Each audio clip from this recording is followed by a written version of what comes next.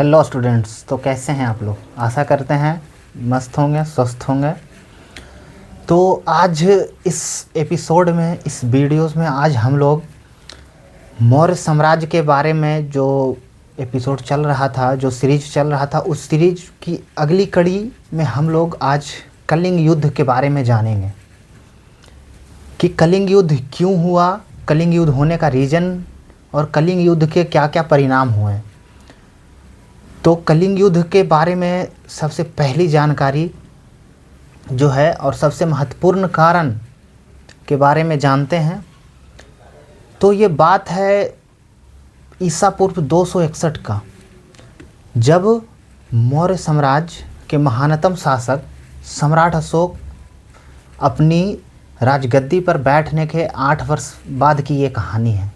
आते हैं, उसके बाद ये कलिंग का युद्ध अशोक करते हैं। लेकिन इसके पहले की पृष्ठभूमि जो है आपको समझा दे, बता दें कि कलिंग का युद्ध 261 ईसा पूर्व में भले हुआ, लेकिन इसकी जो मंशा थी मौर्य साम्राज्य में वो बहुत पहले से ही थी। सम्राट चंद्रगुप्त मौर्य के शासनकाल में आधुनिक भारत के अधिकांश, आधा से अधिक हिस्से मौर्य साम्राज्य में शामिल हो चुके थे। और अभी भी जो दक्षिण के राज्य थे, इधर के राज्य थे और इधर कलिंग था। जो दक्षिण के राज्य थे और कलिंग, ये अभी भी स्वतंत्र रूप से अपनी व्यवस्था बनाए हुए थे, स्वतंत्र रूप से शासन कर रहे थे। उसके बाद पूरा भारत जो है, पूरा आधुनिक भारत जो है उस समय मौर्य साम्राज्य में समाहित हो चुका था, लेकिन कलिंग पे अधिकार नहीं हो पाया था। और कलिंग का स्ट्रेटजिक लोकेशन होने के कारण, यहाँ बहुत से बंदरगाह होने के कारण, इनकी नौसेना बहुत ही कुशल थी। उसके बाद बहुत ही मेगास्थनीज की इंडिका में बताया जाता है कि इनके पास बहुत ही शक्तिशाली घुड़सवार पैदल सेना हुआ करता था। तो एक तो दक्षिण राज्य और ये कलिंग, कलिंग पे जीत का जो मंशा था मौर्य साम्राज्य के शासकों के पास पहले से ही बना था कि एक ऐसा राज्य था जो कि जीत नहीं पाया था। तो कलिंग के बारे में अशोक के दिमाग में आया।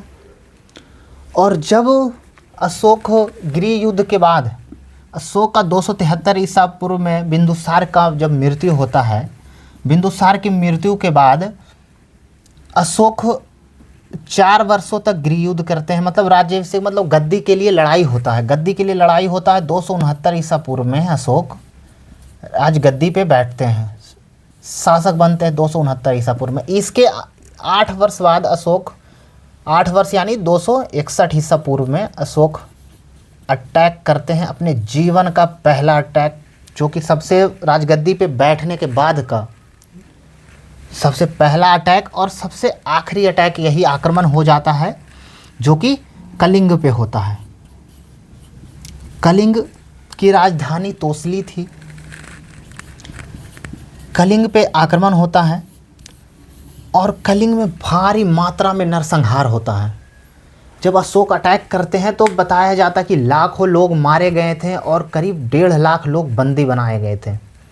ये आंकड़े अतिशयोक्तिपूर्ण है, लेकिन अशोक के बारे में जो जानकारी मिलती है, जो उनके बारे में बताया गया है, कुछ प्रमाण से ये प्राप्त होता है कि इतने सारे लाख लोग, 1 लाख लोग नरसंहार में मारे गए थे और 1.5 लाख लोग करीब बंदी बनाए गए थे। तो ये आंकड़े अतिशयोक्तिपूर्ण हो सकते हैं, लेकिन इसके बाद क्या होता है कि इतने सारे, इतने भयावह, इतने नरसंहार, अशोक पूरे, जब युद्ध मैदान में जब देखें अशोक पूरा चीख पुकार मचा हुआ था। कितने सारे भाई, कितनी सारी बहन की कलाई और कितनी सारी औरतों के मांग सूने हो गए थे। तो अशोक को देख करके ये बहुत ही पीड़ा अंदर से हुआ।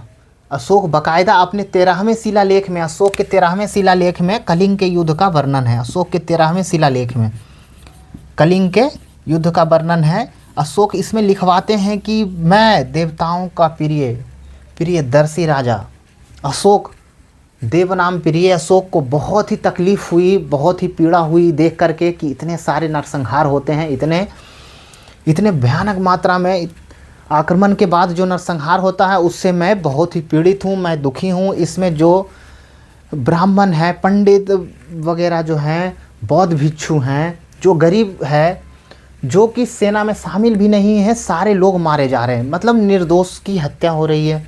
तो इससे अशोक बहुत ही पीड़ित होते हैं और उसके बाद वो अशोक यहीं पास युद्ध को समाप्त करते हैं। और अशोक इसके बाद कहते हैं कि अब युद्ध हम नहीं करेंगे, अब भेरी के जगह धम्म का पालन करते हैं। कि अब भेरी मतलब जैसे युद्ध के समय में शंख फूंकाता था, तो शंख फूंकने के बाद वही जो भेरी बजता था, तो भेरी बजने से ही युद्ध स्टार्ट होता था और भेरी बजने से ही युद्ध समाप्त होता था। तो भेरी के जगह पे अशोक अब धम यानी शांति का, अब शांति का बात होगा, युद्ध का बात नहीं होगा। तो अशोक यहाँ से अपना लाइन चेंज कर लेते हैं और भेरी के जगह धम्म घोष, और धम्म घोष के लिए अशोक 2 अधिकारियों की नियुक्ति भी करते हैं, धम्म